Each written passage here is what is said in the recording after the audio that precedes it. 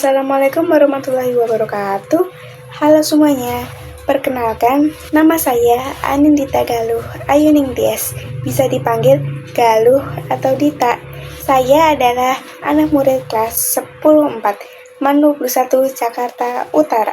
Di sini saya akan menceritakan kembali tentang peristiwa Fathul Makkah, mata pelajaran Sejarah Kebudayaan Islam dengan Guru Mapel Pak Lukman SAG MSI. Apa sih Fathul Makkah itu? Langsung aja kita cek.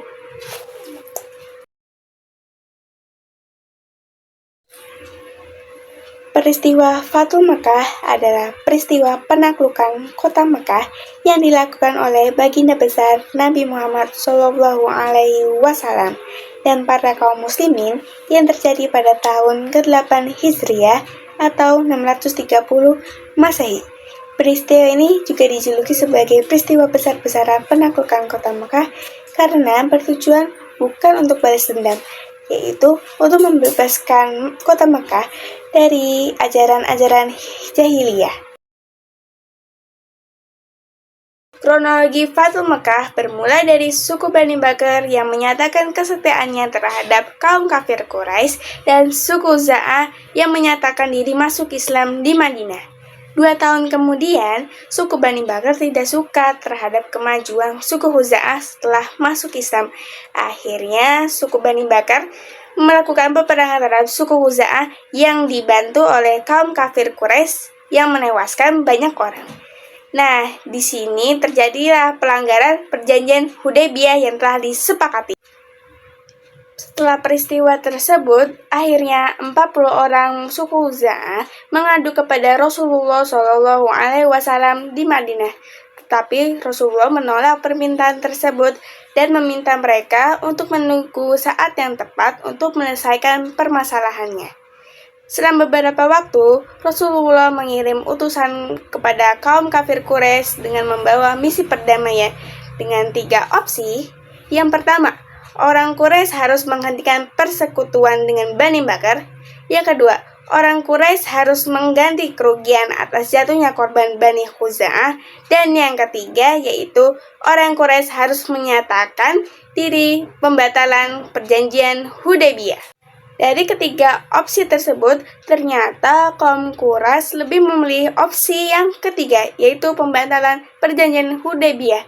Karena para kaum kafir Quraisy memilih opsi tersebut, maka Rasulullah segera menyiapkan pasukan terbesar dalam sejarah yang berjumlah 10.000 pasukan. Akhirnya Rasulullah berhasil mengumpulkan pasukan terbesarnya yang siap menuju ke kota Makkah. Rasulullah pun juga merahasiakan berita ini, tetapi bocor oleh salah satu seorang muhajirin yang bernama Hatib bin Abi Balta'ah yang mengirim surat melalui budak yang bernama Sarah. Hatib ini ialah orang yang setia terhadap Nabi Muhammad SAW, tetapi ia merasa kasihan terhadap saudaranya yang berada di Mekah dan tidak rela bahwa kota Mekah sebagai kota kelahiran agama Islam hancur di tangan umatnya sendiri. Maka dari itu, Rasulullah SAW dan para umatnya memaafkan kesalahan Hatib. Tapi juga tujuan Rasulullah tidak untuk memerangi kafir Quraisy, hanya menakut-nakuti mereka dan memberi peringatan dan penjelasan kepada kafir Quraisy bahwa Islam mengalami perkembangan yang pesat dan membawa misi yang sebenarnya. Akhirnya, tibalah hari di mana terjadinya Fathul Makkah. Rasulullah SAW membagi pasukannya menjadi 4 bagian, utara, selatan, barat, dan timur, sehingga kota Makkah terkepung dari berbagai penjuru.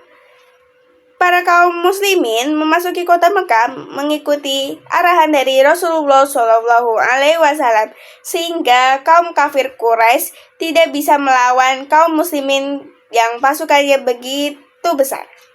Strategi yang digunakan Rasulullah SAW adalah membuat simpati orang-orang Quraisy. Apalagi selama dalam perjalanan, pasukan muslimin selalu mengumandangkan takbir dan tahmid yang membuat gentar seluruh penduduk Mekah. Dalam proses Fathul Makkah, Rasulullah Shallallahu Alaihi Wasallam memerintahkan kepada para sahabatnya dan para pasukannya untuk tidak mengotori kota Mekah dengan peperangan. Kedatangan Rasulullah hanya ingin menakut-nakuti dan memberi peringatan kepada kaum kafir Quraisy bahwasanya umat Islam telah mengalami perkembangan yang sangat pesat dan menjadi masyarakat maju yang siap menghancurkan tradisi umat jahiliyah. Sebelum pasukan kaum muslimin memasuki kota Mekah, Rasulullah Shallallahu Alaihi Wasallam memerintahkan kepada mereka untuk membangun perkemahan di dekat kota Mekah. Hal ini dimaksudkan untuk menyiapkan segala strategi yang akan dilakukan nantinya. Dan Abu Sufyan berkesempatan untuk mengunjungi perkemahan tersebut. Seorang sahabat, Al-Abbas, berbisik kepada Rasulullah Shallallahu Alaihi Wasallam bahwa Abu Sufyan adalah seorang yang ingin dipuji dan sangat berbangga. Maka Rasulullah Shallallahu Alaihi Wasallam ingin menggunakan pengaruh Abu Sufyan guna menghentikan upaya sementara kaum kafir Quraisy untuk melawan Rasulullah demi menghindari pertumpahan darah. Maka dari itu, Rasulullah menyampaikan bahwa yang pertama, siapa yang memasuki rumah Abu Sufyan, maka dia selamat. Yang kedua, siapa yang masuk ke lingkungan Ka'bah, ia akan selamat. Yang ketiga, siapa yang memasuki masjid, ia akan selamat. Dan yang keempat, dan siapa yang tinggal di rumahnya menutup pintunya, maka ia pun selamat. Melihat jumlah kaum muslimin yang demikian banyak dengan diiringi suara takbir, orang-orang kafir Quraisy tidak mampu berbuat apa-apa. Dalam hatinya timbul ketakutan jika kaum muslimin ingin membalas dendam kepada penduduk Mekah karena telah mengusir dari tanah kelahirannya. Namun, ketakutan itu tidak terbukti dengan sikap kaum muslimin yang memasuki kota Mekah dengan damai dan akhirnya pasukan muslimin memasuki kota Mekah tanpa perlawanan. Dengan memakai sorban hitam tanpa berpakaian ihram, Rasulullah Shallallahu Alaihi Wasallam bertawaf dengan menaiki unta beliau. Ketika itu, beliau tidak memaksakan diri untuk mencium Hajar Aswad, karena yang bertawaf itu sangat banyak. Tetapi, beliau hanya sekedar menunjukkan dengan menggunakan tongkat beliau. Ketika itu, di sekeliling Ka'bah terdapat banyak sekali berhala yang berjumlah 360 buah.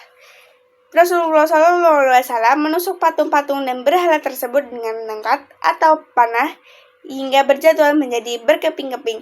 Yang pada saat itu juga beliau membaca wa qul ja'al haqqu wa zahaqal batil innal batila kana zahuqa, yang artinya, dan katakanlah kebenaran telah datang dan yang batil telah lenyap. Sungguh yang batil itu pasti lenyap. Quran Surat Al-Isra ayat 81. Rasulullah Shallallahu Alaihi Wasallam enggan memasuki Ka'bah sebelum dibersihkannya dari kemusyrikan dan tradisi jahiliyah. Beliau memerintahkan umat muslim untuk membersihkan patung dan gambar yang berada di dalam Ka'bah. Setelah bersih, barulah Rasulullah Shallallahu Alaihi Wasallam memasuki Ka'bah bersama Usamah, Bilal, dan Utsman bin Tolha sebagai pemegang kunci Ka'bah. Dalam kesempatan tersebut, Rasulullah SAW memerintahkan Bilal untuk azan yang pertama kalinya di kota Mekah. Setelah menaklukkan kota Mekah, manusia berbondong-bondong memeluk Islam pada tahun ke-10 Hijriah. Rasulullah SAW melaksanakan ibadah haji dan itulah satu-satunya ibadah haji yang dilakukan beliau bersama 100.000 orang. Amnesti yang dianugerahkan Rasulullah SAW kepada penduduk Mekah menimbulkan kekhawatiran kaum Ansor yang demikian mencintai Rasulullah SAW. Mereka khawatir jika beliau atau Rasulullah SAW tidak kembali ke Madinah. Tetapi Rasulullah SAW menenangkan mereka bahwa beliau akan selalu bersama mereka di Madinah, sehidup semati. Kekhawatiran ini sangat beralasan dan pernah disampaikan juga pada Bayat Aqobah kedua.